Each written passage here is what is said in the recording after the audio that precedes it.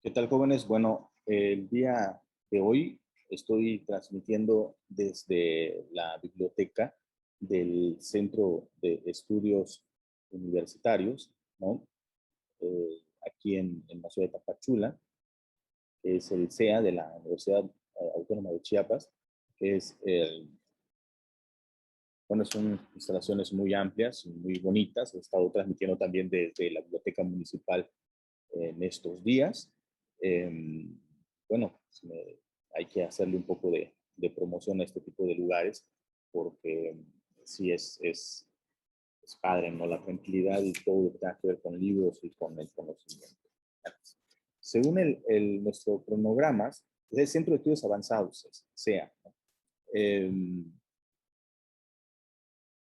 Siguiendo con el tema de la investigación documental, recordemos que en la clase anterior vimos en lo que se refiere al cronograma de una investigación escolar, ¿no? Una investigación documental escolar.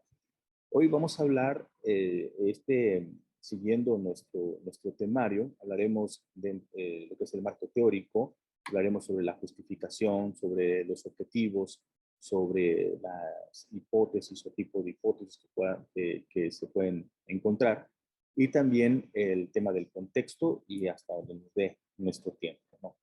Eh, si recuerdan bien, nosotros nos quedamos precisamente en el tema del marco teórico y decíamos que implica, dice, analizar y exponer aquellas teorías y enfoques teóricos, en general todas las teorías y trabajos previos del tema y que se consideren válidos para la contextualización de la investigación que tú estás hablando. Decíamos en la clase anterior, cuando miramos precisamente la delimitación del tema, y la elaboración de fichas que forma parte de esta investigación documental, que parte de esa investigación que se iba a realizar era el hecho de que se tenía que ver otras investigaciones, otros trabajos de investigación que obviamente tengan que ver con tu tema para de esta manera pues fortalecer el conocimiento que tienes sobre el mismo, ¿no? Recuerda nuestro ejemplo. Nuestro ejemplo es la contaminación del río Coatán en la zona urbana en el municipio de Tapachula, Chiapas, México. Entonces tú te viste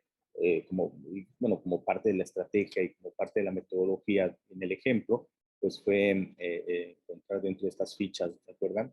De un libro, ¿sí? Y de una página de internet y la elaboración de fichas. Bueno, así como ese tipo de indagación, vamos a hacer muchísimo, ¿no? En este contexto, ¿no? Que se llama marco teórico. Y dentro también de la introducción está la justificación. ¿Qué es una justificación? Dice, en esta parte el investigador debe explicar por qué es conveniente la investigación y qué o cuáles son los beneficios que se esperan al obtener el conocimiento de tu investigación. Eso es muy importante. O sea, ¿por qué investigar sobre el tema de la contaminación del río Coatán y no investigar otro tema X? ¿No? ¿Por qué te pareció este tema más importante que los demás? Dentro de nuestro ejemplo, claro, no estoy diciendo que es el más importante, sino en nuestro ejemplo decíamos que ese tema nos pareció interesante en su momento. Quizá en este momento que tú estás escuchando esta transmisión, pues ya existan otros temas que pueden ser más interesantes para ti, ¿no? De hecho, en la actividad que tienes en la plataforma de Classroom, existen, ustedes me imagino ya lo han visto, varias opciones de investigación, ¿no? Pero bueno, aquí en la justificación ese es el punto. El punto es tratar de explicar a la persona que va a leer nuestra investigación, vamos a justificarnos por qué tenemos que hacer precisamente esa investigación, ¿no? Otro tipo de justificación, bueno, puede ser, estoy justificando para obtener algún recurso y poder apoyar en mejorar el problema, por ejemplo, o estoy justificando, mi justificación es que en un trabajo escolar es que pase la materia de investigación, ¿no? Pase la materia de la asignatura que me está dejando la investigación, también es una justificación, por supuesto. Bueno, otro punto en la introducción será el objetivo, ¿no? Hay una diferencia entre una justificación, por supuesto, y un objetivo, ¿no? Dice, en el caso del objetivo es el fin o meta que se pretende alcanzar en un proyecto, estudio o trabajo de investigación. También indica el propósito por el que se realiza dicha investigación, ¿no? Si yo tengo como justificación, por ejemplo, hacer mi investigación sobre el tema de la contaminación del río Ucatán en la zona urbana, en el municipio de Tapachula, Chiapas, México, si mi justificación es que tengo que hacer esa investigación para obtener recursos de cómo apoyar el digamos, el problema, a superar el problema, bueno, ese no es mi objetivo. Mi objetivo es que vivamos mejor, por ejemplo. El objetivo es que crear conciencia en la gente de que no tiren basura, si ese fuera el problema, ¿no? O hacer o proponer políticas públicas para poder erradicar el tema de las empresas o las fábricas grandes para que no contaminen con sus desechos al río, ¿no? En fin, son objetivos que te vas a plantear, ¿no? Es decir, ¿dónde te ves tú como investigador o como equipo de investigación una vez que ya hayas realizado esta investigación? Ese es el propósito, ese es el objetivo, ¿no? Una analogía que podemos hacer, o más bien un ejemplo, es dentro de la asignatura, por decir así, eh, ¿cuál sería el objetivo de estudiar, por ejemplo, para un examen? Bueno, digamos que la justificación de estudiar, bueno, yo puedo justificar el hecho de seguir estudiando sobre una asignatura, pues porque tengo que hacerlo, tengo que pasar esa materia, ¿no? Eh, estoy justificando que tengo que estudiar porque para pasar a, no sé, en este caso, a tercer semestre, tengo que acreditar todas las materias del segundo semestre. Eso es una buena justificación, ¿no? O porque si no lo hago, mi papá y mi mamá me van a regañar, qué sé yo, ¿no? ¿Y el objetivo qué es? Bueno, el objetivo es que aprendas. El objetivo es que conozcas otras cosas buenas y nuevas, ¿verdad? No es la calificación, ¿no? La calificación es un tema de consecuencia. O sea, si tú estudias con el objetivo de aprender, con el objetivo de tener conocimiento, pues por lógica vas a tener una buena calificación, ¿verdad? Y es simple y sencillamente, digamos, la consecuencia del estudio, ¿no? Eso es en cuanto al objetivo. Cuando hablamos de una hipótesis, ¿qué es una hipótesis? Todos tenemos hipótesis, es decir, lo que pensemos, lo que, o creemos que va a suceder. Es una declaración que realizan los investigadores cuando especulan sobre el resultado de una investigación o experimento. ¿Qué es una especulación? Es lo que consideramos que sea la causa del problema o que sea digamos, la solución o la probable solución que tenga el problema. Todo depende del tipo de investigación que realices, ¿verdad? Porque hay investigaciones que nos van a llevar a qué es lo que causa el problema. El problema ya está. ¿No? Hay investigaciones que nos van a determinar qué es lo que causa el problema y hay otros tipos de investigaciones que nos van a determinar que una vez ya localizado el problema, bueno, vamos a determinar con la investigación cuál será la probable solución o cuál es la probable solución, ¿no? Pero la hipótesis es, digamos, lo que considero que es lo que causa el problema en nuestro ejemplo, ¿no? Si yo digo que la contaminación del río Huacán en la zona urbana del municipio de Tapachula es a causa de los residuos tóxicos que avientan o desechan las empresas o las fábricas que están al lado de la fuente, después del río. Eso es lo que estoy diciendo, es lo que yo pienso, lo que estoy especulando, pues, sin realizar una investigación previa, ¿verdad? Simplemente me imagino que eso es a partir digamos, del conocimiento a través de la observación directa, ¿no? Porque yo, supongamos, todos los días paso por ahí y veo una fábrica y que tiene sus desechos, ¿verdad? Y que los está dejando en el río, ¿no? Entonces yo puedo pensar que esa es la verdadera o la principal causa. Esa sería mi hipótesis, lo que yo creo que es técnicamente digamos, la causa del problema. No estoy dándolo por seguro, ¿verdad? Porque todavía no he hecho la investigación. Ahora, eh, ¿Cuántas hipótesis pueden haber? Pueden haber muchas hipótesis, ¿no? Pueden existir, por ejemplo, la hipótesis principal, la hipótesis nula, la hipótesis secundaria, en fin, hay muchos tipos de hipótesis. Dentro del ejemplo que estamos viendo, si yo me reúno con mi equipo que vamos a investigar, que por lo regular siempre se necesita de un equipo en un tipo de investigación un poco más complejo, bueno, vamos a reunirnos en equipos y vamos a proponer que cada integrante del equipo, un ejemplo que fueran 5 integrantes del equipo de investigación, vamos a proponer que cada integrante de equipo proponga 2 probables causas del problema, de nuestro ejemplo.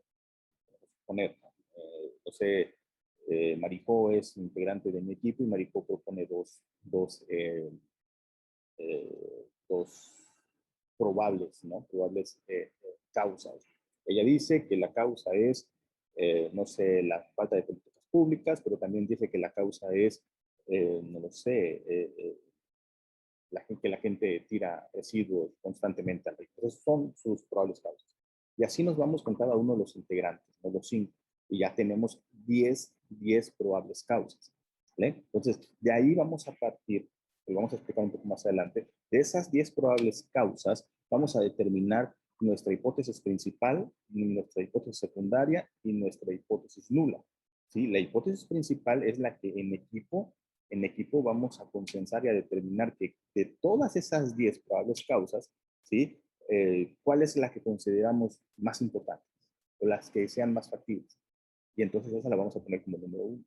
La que quede en segundo lugar, así como como medalla de plata, ¿no? Entonces ya sería la causa, la hipótesis secundaria. Y la hipótesis nula es la que va a negar la hipótesis principal. Por ejemplo, si mi hipótesis principal dice la principal causa de la contaminación del río Catán en la zona urbana de Tapachula es los desechos, los residuos tóxicos de las empresas o de las fábricas, mi hipótesis nula vamos a negarla. ¿Sí? Vamos a decir, la causa de la contaminación del río no es por los desechos de las fábricas, ¿no? Entonces voy a negar a la principal y entonces esa será mi hipótesis nula. ¿Vale? Pero vamos a verlo más adelante, un poco más como una especie de esquema para que se vayan ustedes familiarizando, digamos, con esos términos, porque vamos a utilizar un diagrama de Ishikawa, que es el diagrama del pez, también determinado, y a partir de ahí vamos a hacer esta nomenclatura, ¿no? De mayor a menor importancia de todas las hipótesis o de todas las probables causas, y también a partir de eso, que eso nos va a servir para el diseño de nuestro instrumento. ¿Y cuál es el instrumento? Bueno, la encuesta, la famosa encuesta que se van a hacer digamos, en nuestro campo de estudio, en nuestro universo de estudio. Ahora vamos a hablar del contexto. ¿Qué se refiere con el contexto? ¿Qué es el contexto? Bueno, como estamos hablando de un marco teórico, porque todavía estamos en el marco teórico, bueno, el marco teórico no es otra cosa que lo que decíamos, lo que protege la esencia de esto. Tú cuando vas a tu casa, o más bien tú tomas una fotografía, la imprimes, y esa fotografía te gustó mucho y quieres enmarcarla, de ahí viene el término. Es decir, si está la fotografía en medio y vas a enmarcarlo, ese proceso, marcar, es lo que protege técnicamente lo más importante, que es la investigación, lo más importante que en la analogía es tu fotografía, ¿no? Y eh, ese marco, ¿no? Se le denomina teórico porque es lo que protege técnicamente tu investigación, ¿no? Y es lo que le da, de alguna forma, una validez o argumento a lo que estás diciendo. Y a ese marco también se le denomina como contexto. Si el contexto es lo que te rodea. Por ejemplo, un contexto físico en estos momentos en donde estoy yo, bueno, voy a agrandar tantito aquí, a ver si se puede. Acá. Ahí está. Si ustedes observan el contexto que tengo, bueno, en la parte de atrás están los libros, hay una cinta de este lado de precaución, ¿no? No sé, existe un aire artificial, ¿no? que a pesar de eso también están los ventiladores, está muy cómodo, asientos cómodos. O sea, es el contexto, no es el contexto de una biblioteca, ¿verdad? Es decir, la biblioteca tiene que darte paz, tiene que darte tranquilidad para que tú puedas, pues, estudiar, ¿no? Muy tranquilo, ¿no? Muy tranquila en ese tipo de espacio, ¿no? Técnicamente, digo, siendo honestos, en estos instantes yo soy el que está haciendo, el que estoy fuera total de contexto, ¿no? Porque estoy hablando y se supone que no debo de hablar, pero bueno, mientras no nos digan nada, no pasa nada.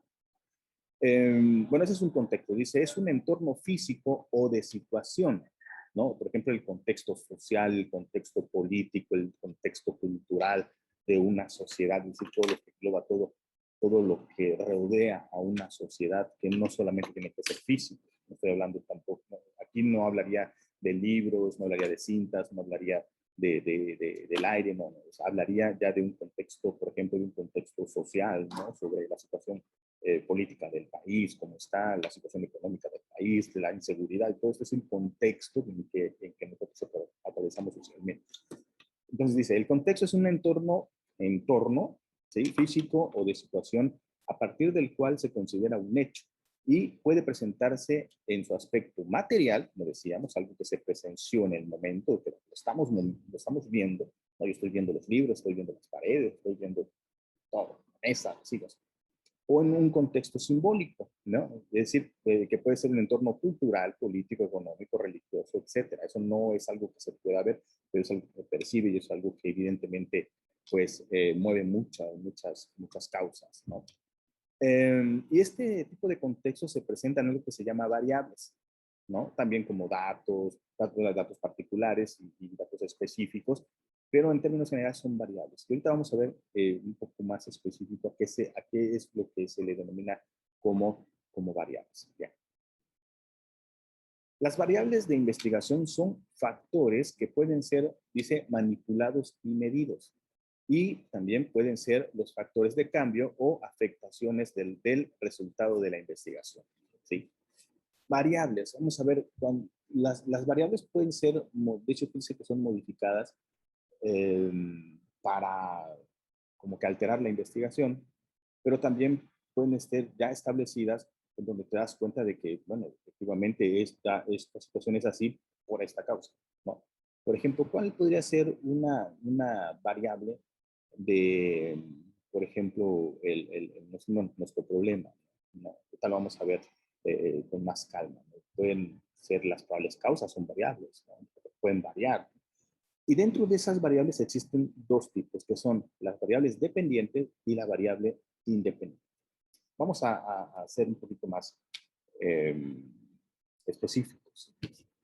Variable dependiente es el resultado medible, ¿sí? De esta manipulación, los resultados del diseño experimental.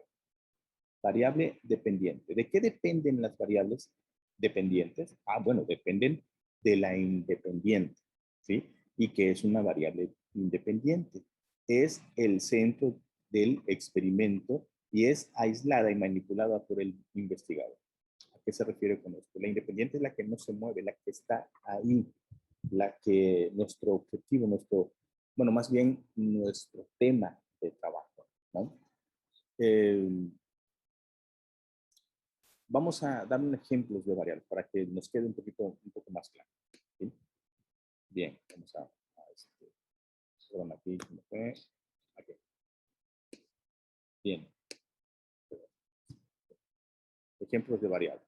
Dice, existen variables dependientes y variables independientes. Decíamos que la variable dependiente, ¿sí? Es la que se va a ir, de que se mueve constantemente. Y la variable independiente, esa es la que no se mueve. ¿Sí? Por ejemplo, nuestra variable independiente, vamos a empezar por esto, nuestra variable independiente es la edad del menor, la edad del niño. Es decir, vamos a investigar sobre lo que tú quieras que afecte a un niño, para bien o para mal, que tenga la edad de 13 años. Eso no va a variar. Voy a investigar, mi campo de trabajo solamente persiste en los niños que tienen o niñas que tengan 13 años. Hasta ahí. Esa no la muevo. Tienen que tener 13 años. Si no tienen 13 años, si tienen 12, si tienen 10, si tienen, no sé, 16, si tienen 15, esos no. Nada más a los que tienen 13 años. Es independiente. Ahora, ¿qué es lo que voy a investigar de esos niños o de esas niñas? Bueno, voy a investigar el crecimiento de ese niño o de esa niña con la edad de 13 años. ¿Qué es lo que va a variar? Bueno, lo que no va a variar es la edad del niño, porque fui claro, son 13 años. ¿Qué es lo que sí va a variar? Evidentemente es el crecimiento. ¿Por qué? Porque a pesar de que puedan haber 10 niños o 10 niñas de 13 años, lo que va a variar es la estatura del niño. Hay niños de 13 años que son muy altos, hay niños de 13 años que son muy bajitos, hay niños de 13 años que tienen una altura promedio. ¿Me explico? Entonces, aquí queda totalmente claro qué es una variable dependiente y qué es una variable independiente. ¿Por qué dependiente? Ah, bueno, porque el crecimiento del niño eso va a depender, pues, de la edad también, en términos específicos. ¿Me explico? Otro ejemplo, el variable independiente, las horas trabajadas de un obrero o de una persona X, ya sea obrero, ya sea campesino, ya sea profesional, de cualquier oficio, horas trabajadas. En un lapso de 8 horas trabajadas, de 10 trabajadoras o trabajadores, ¿sí? Va a variar. ¿Qué es lo que va a variar? Bueno, va a variar su sueldo mensual, porque no todas las personas que trabajan, aunque trabajen 8 horas diarias, ¿sí? Ganan lo mismo. ¿Me explico? O sea, menos que seamos comunistas, pero de ahí va a variar, ¿verdad? No es lo mismo, por ejemplo, un campesino, supongo, que trabaje 8 horas diarias, lo que gana, no sé, quizá un médico, un buen médico, que trabaje las mismas 8 horas diarias, obviamente, ahí va a variar mucho. ¿Qué es lo que no cambia? Las 8 horas. Esas no van a cambiar porque mi margen de estudio, lo que voy a estudiar son las 8 horas de trabajo. ¿Sí? ¿Qué es lo que va a variar? Bueno, va a variar el sueldo de esos trabajadores. Va a depender de las variables, van a depender de qué trabaja, cómo trabaja, qué capacidad tiene para hacerlo, contexto político, social que tenga que ver con ese trabajador, etcétera. ¿Me explico? Pero, insisto, no todos los trabajadores que laboran 8 horas diarias ganan lo mismo. ¿Ya? Por eso, la variable independiente, la que no se toca, porque esa es la que vamos a estudiar, es las 8 horas de trabajo. La que sí va a variar es el sueldo mensual de esas mismas 8 horas. En otro ejemplo, la palabra independiente, área de la pared. Por ejemplo, yo tengo un área de pared de 3 por 2 metros. 3 por 2, ¿vale? ¿Y qué es lo que va a variar? Bueno, la cantidad de pintura necesaria para pintar esa pared. O sea, yo no puedo hacer más grande ni más chica esa pared. La pared ya hasta mide 3 por 2. ¿Listo? Ahora, ¿qué es lo que va a cambiar? Va a cambiar la cantidad de pintura. ¿Y de qué depende? Bueno, va a depender del tipo de pintura, ¿no? Depende de la calidad de la pintura, de la técnica que utilice para pintar, ¿me explico? Del tiempo que utilice para pintar, ¿sí? Es decir, la pared sigue siendo 3 por 2, esa no la cambia. O sea, no porque, me sobró pintura, voy a poner más ladrillos, ¿verdad? Para que sea más grande la pintura y ya. No, o sea, igual y le doy más manos, ¿no? Repaso, digamos, más. Pero la cantidad es la que va a variar, la que no voy a poder cambiar es la pared. Ahora en el ejemplo, en nuestro ejemplo, dice contaminación del río Coatán en la zona media, que es la zona urbana, en el municipio de Tapachula, Chiapas, México. Esa es la que no voy a cambiar, ese es mi objeto de estudio. Esa es la que no cambia, ahí está. ¿Qué es lo que va a cambiar? Las probables causas de la contaminación. Esa sería mi variable dependiente. ¿Explico? ¿Cuáles pueden ser las probables causas? ¿Se acuerdan que ya nos reunimos los 5 y que la compañera dijo 2, el otro compañero dijo 2, el otro compañero dijo 2, el otro dijo 2, yo dije 2? Son 10 variables, ¿sí? O probables causas de esa contaminación. Son muchas, las dependientes son muchas variables. Y la independiente pues es una nada más, nuestro problema de estudio. No sé si hasta ahí vamos bien. Ojalá y sí. Bueno, y aquí nos vamos ya con la población de estudio. ¿Qué es la población de estudio? Simple y sencillamente la población de estudio es el conjunto de individuos al que se refiere nuestra pregunta de estudio o respecto al cual se pretende concluir algo. Si yo estoy hablando de contaminación del río Catán en la zona urbana, es lógico que no voy a preguntar a una colonia que está lejos del río. ¿Sí? Mi población de estudio, debo identificarlo, que lógicamente tiene que ser, digamos, colonias, ¿sí? O fraccionamientos que estén o que pasen, ¿verdad? Por esa fuente, estén a orillas de esa fuente. Antes del stand habían muchos, ahora hay menos, ¿no? Pero todavía. ¿Cierto? Entonces, todo eso va a ser nuestra población de estudio. Viene la elección de la muestra o muestreo. ¿Qué es el muestreo? Dicen. El muestreo es el proceso, perdón, de seleccionar un conjunto de individuos de una población de estudio con el fin de estudiarlos y poder caracterizar el total de la población, lo que es, digamos, hacerlo lo más homogéneo posible. ¿A qué me refiero? Supongamos que voy a regresar tantito, de mi población de estudio, ¿sí? Supongamos que dentro de mi población de estudio, está dentro del método, eh, identifiqué a 10 colonias. La verdad no tengo ni idea cuántas son, pero vamos a suponer que son 10 colonias, entre colonias y fraccionamientos, que en la cual pues colindan con el río en su paso por la zona urbana, que recuerdan que es mi objetivo, en su paso en la zona urbana de ese afluente. De esas 10 colonias o de esos 10 fraccionamientos, no voy a preguntarles a todos los habitantes que viven ahí, ¿verdad? Entonces, ¿qué tengo que hacer? Tengo que hacer un muestreo. ¿Explico? Tengo que hacer una elección de la muestra. Si son 10 colonias, voy a utilizar tal vez, no sé, 10 individuos de cada colonia. ¿Explico? Y puedo hacer lo más homogéneo posible. De cada 10 individuos de cada colonia, de esos 10, voy a utilizar a 5 mujeres y a 5 hombres. Al azar. No, bueno, voy a ir y voy a preguntarle a mi tío que vive aquí. No, no, no. Es al azar. Llego con mi instrumento, con mis preguntas, que más adelante les voy a explicar cómo se diseña, y voy a preguntarles a esas 10 personas, 10 mujeres y 10 hombres de la colonia Xochimilco, por ejemplo. Luego me voy con 10 hombres y 10 mujeres de la colonia Framboyanos, por ejemplo, que es donde pasa el río, ¿no? O pasaba, porque ya después del stand ya no se sabe, ¿no? Pero la idea es esa, ¿no? 10 en cada colonia, 10 preguntas en cada colonia, porque son 10. No voy a preguntarles a todos, ¿no? ¿Para cuándo voy a terminar? ¿Verdad?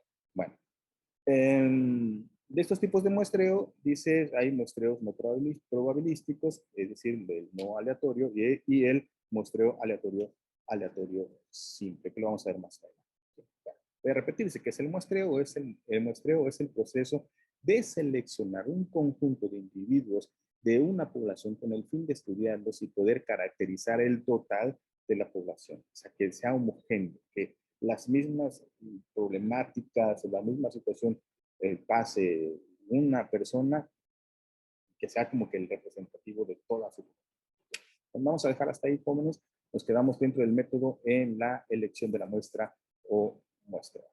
Me despido de ustedes desde la biblioteca del Centro de Estudios Avanzados de la Universidad Autónoma de Chiapas. Vengan, por favor, está muy, muy, muy bonito. Hasta luego, estén bien.